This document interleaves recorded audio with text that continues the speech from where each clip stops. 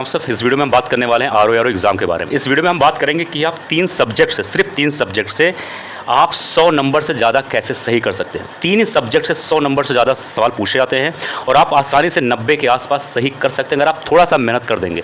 ये जो आपके पास टोटल 15 दिन है, मैं इसको 15 दिन ही मान के चलता हूँ। अगर आप 15 दिन सीरियस हो जाओगे तो सिर्फ तीन सब्जेक्ट में कम मेहनत में आपका 90 से ज़्यादा सवाल सही होने की गारंटी हो सकती है। लेकिन अब आपको थोड़ा सा स्मार्ट वर्क के साथ हार्ड वर्क करने की ज़रूरत है और फालतू के वीडियोज़ या फिर फालतू की चीज़ों को पढ़ने की ज़रूरत नहीं है। अब आपको सही डायरेक्शन में काम करने की ज़रूरत है।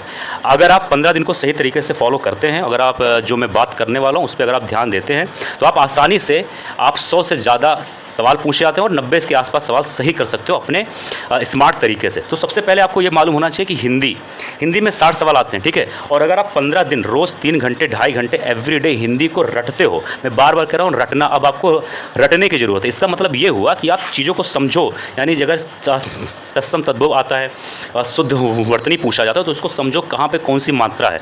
15 दिन आपके लिए बहुत होता है अगर आप सही तरीके से चीज़ों को समझ के पढ़ रहे हो। 2.5 घंटे 3 घंटे हिंदी को एवरीडे दो, क्योंकि हिंदी ही आपका सिलेक्शन दिलाने वाला है। अगर आप हिंदी में 60 में 50 ही सवाल सही कर ले तो मैं ओवरऑल 50 नंबर के बारे में बात कर रहा हूँ, ठीक है। 50, बहुत लोग आपको 55 कहेंगे।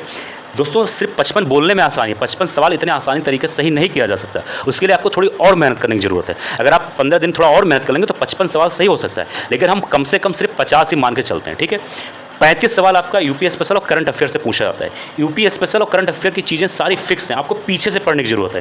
यानी अगर आपका 27 जुलाई को पेपर है तो आप जून 2025, मई, अप्रैल, मार्च, फरवरी, जनवरी, पहले आप इन चीज़ों को सही तरीके से पढ़ लो। उसके बाद आप दिसंबर 2024, नवंबर 2024, अक्टूबर 2024 का भी करंट अफेयर पढ़ सकते हो। यूपी स्पेशल की सारी चीज़ें फिक्स होती हैं, स्टैटिक होती हैं। पहले आप उत्तर प्रदेश के बारे में समझ लो। उत्तर प्रदेश से संबंधित जितने भी करंट अफेयर हैं मैक्सिमम 8 महीने 10 महीने का पढ़ लो। उसके साथ ही साथ उत्तर प्रदेश में कौन सी स्कीम्स आई हैं, कौन सा मीटिंग हुआ है, कौन सी फैक्ट्री आई है, कौन से स्पोर्ट्स लेखक अवार्ड, ये सब चीज़ें फिक्स होती है, हर साल पूछे जाते हैं। वहाँ से आपका सवाल आराम से फंस जाएगा। यानी 35 में से आप कम से कम 25 के आसपास, मैं इसको 20 ही मान लेता हूँ, इससे ज़्यादा नहीं तो 20 ही मान लेता हूँ, तो आप 20 सवाल आराम से यहाँ पर सही कर सकते हो। वैसे फिलहाल आप 20 से ज़्यादा सही कर सकते हो, लेकिन मैं इसको 20 ही मान लेता हूँ। तो 50 और 20 70 आप यहाँ से कर लोगे। अब बचा साइंस के बारे में। साइंस के चीज़ों का नहीं, माफ करिए साइंस नहीं, अब आपका आता है टोटल रीजनिंग के बारे में।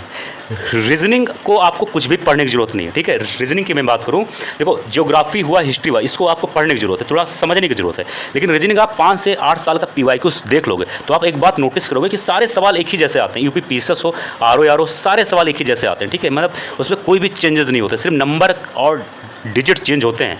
15 सवाल आता है, आप 10 सवाल आराम से बिना किसी दिक्कत के कर सकते हो। यानी कि 70 और 10 80 तो आराम से आप यहाँ से नंबर ला सकते हो बिना किसी प्रॉब्लम के। अगर आप करंट अफेयर UPSC में थोड़ा और मेहनत कर लोगे, अगर आप वहाँ पर 20 की जगह 25 सही कर लोगे और हिंदी में अगर आप 50 की जगह 55 के आसपास आने लगोगे तो 85 से 90 सवाल आप आराम से कम मेहनत में रोज़ 3 से 4 घंटे, मतलब 4 घंटे मान लो, 4 घंटे की मेहनत में 15 दिन में आप 90 के आसपास सवाल सही कर सकते हो। सिर्फ आपको 30 से 35 सवाल और सही करने होंगे GS में, कि जिससे आपका कट ऑफ क्लियर हो जाए। तो आप स्मार्ट तरीके से काम करना शुरू कर दो, आपका एग्जाम आसानी से क्लियर हो जाएगा। मिलते हैं किसी और वीडियो में। जय हिंद, जय भारत।